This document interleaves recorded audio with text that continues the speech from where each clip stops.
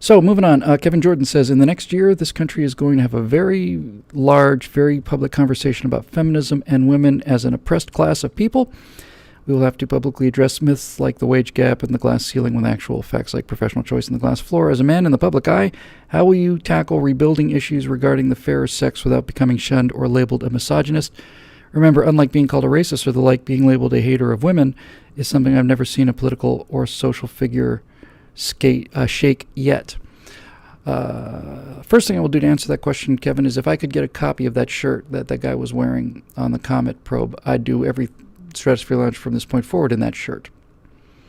Of all of the things that upset me about the guy, the Comet scientist, being, just harassed by these harpies. The only thing in the whole thing that really actually kind of upset me is the fact that the guy cried about it.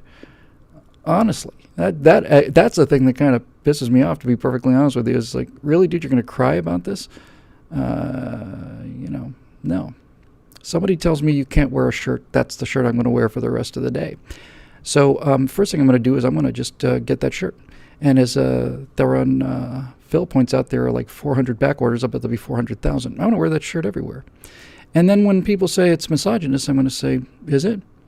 Are you telling me that women are so delicate and dainty that the pictures of women in scantily clad women is more than they can handle? Do we need to keep them safely behind doors, protected by strong men so that they don't get so hysterical over things? Or are you actual adults who can manage to handle these kind of things? Just turn it right around, right in their face. It's like Winston Smith points out, Winston Smith Room 101, which, as I've said many times, is the best screen name on the internet, points out that he was forced to apologize by the ESA. If he was crying because he was forced to apologize, I suppose that's one thing. But I wouldn't do it. I wouldn't have done it. I wouldn't have apologized. Because, again, it was like this dust up with the, when you see people with California tags coming into Texas, you need to open fire on them with, and don't mess around. If you have mortars, use mortars and rocket launchers. For me to apologize for that statement is to imply that I meant the statement seriously. It's an absolutely ridiculous assumption. I'm not gonna grant them the premise that I could possibly have been taken seriously. So to apologize for it, no, it was the first thing I said. No, I'm not apologizing. Of course I'm not apologizing. If anybody is trying to pretend that I meant that seriously, that's their problem. It's not mine. It's hyperbole to the fourth power. I don't have to apologize for that. I'm not going to. You can all fire me. I don't care. I'm not going to do it. There's that. Apologies, by the way, never do any good. They don't get the pack off your tail. They don't solve any problems. All they do is make you lose the other side. If somebody comes after you for some political statement, somebody pointed out here already, it's, as I said, when I was first writing, somebody said, hey, Bill, do you want to really be that opinionated? My girlfriend at the time, and I said, if I write an article about how delicious apple pie is, within 4 or 5 minutes, the cherry pie people are going to call me a Nazi.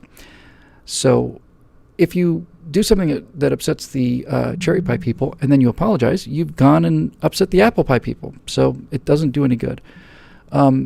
I would just keep going in their face, really, because, Kevin, the honest fact of it is, this is the great. So it's such an obvious paradox that you need to call these feminists on it. I'm upset by this. I need a trigger warning. We should have trigger warnings because this upsets me and makes me hysterical, and you shouldn't say things like that because it makes me hysterical. The proper response to that is simply to say, maybe you shouldn't be outdoors. Maybe outdoors is too much for you. Maybe you should be in a parlor someplace, or a kitchen, or someplace where we don't have to worry about things that you might see, or things that, because my understanding about the feminist movement was that women are just as capable of doing any kind of job and dealing with any kind of a catastrophe or emergency as men are. If you're telling me that women can't handle somebody wearing a T-shirt with a picture on it, and that makes them very, very, very, very, very sad, and somebody else has to stop, that's not an adult, that's a child. It's what you do to children when children are upset. You say, shh, it's okay, don't worry. So which is it? And I don't care, frankly, which you choose. I don't care whether you think you're a superwoman, hear me roar, or whether you think that this whole thing is very, very damaging to delicate psyches. I don't care. I'm wearing the shirt I want to wear.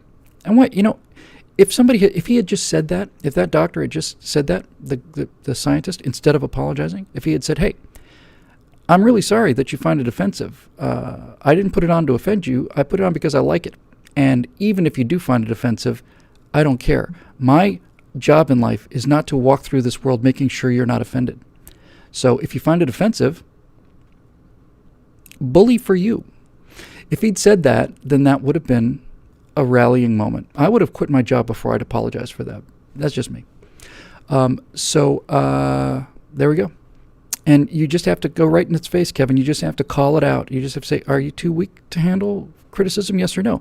Because when you say things like this, you sound like you're about to get the vapors and faint dead away. Might get a little confused here because I thought the entire purpose of the feminist movement was that, no, you are grown-up adults and you can handle these things. If you can't, let us know. Give us a new memo and we'll treat you accordingly. Real women aren't bothered by this, by the way. Did I just say real women? I did. Yeah. Real women aren't bothered by this. They may not like the shirt. They may not want to wear the shirt. They may think the guy that's wearing the shirt is an ape. Okay. There's a lot of badness out there and a lot of creeps out there and a lot of other things out there.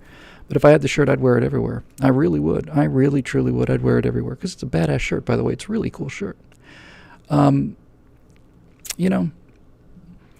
time you give in to these people, every time you grant them their premise, you make them stronger. And every time you laugh in their face and say no, you make them weaker. And kind of the same thing with the Muslims and the Muhammad cartoons, right? How dare you print images of Muhammad? We find it offensive. And the answer to that is, well, our purpose is not to offend you, but with that said, I don't care. See, we have a belief here in the West about the free exchange of ideas, and the consequence of the free exchange of ideas is that you can be offended by any number of things. The more you see that offends you, the less offended you become. You know who's not offended by shirts like that? SEAL team members. You know why?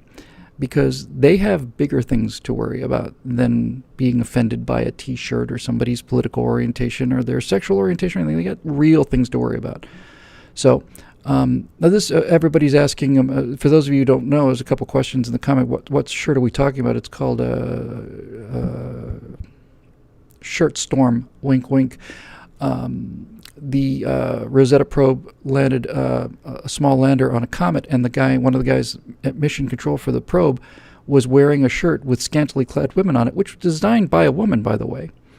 And he got all kinds of grief. The woman interviewing him said, I find your shirt very offensive. And he just, oh, I'm sorry. No, too bad. I find your question very offensive. I find your very presence very offensive. I find your attitude very offensive. Your attitude of perpetual victimhood and weakness is extremely offensive to me, and I really think you need to apologize to me because you've offended me by behaving like such a child, like such a baby. You're a grown woman. You're doing a job with a microphone and a camera in your hand, and you're telling me you're telling me you have to stop the interview and not do your job because this little print of cloth that I'm wearing is incapacitating you? What kind of a weakling are you? How did you get your job? Why don't we send a real adult to do your job in the future?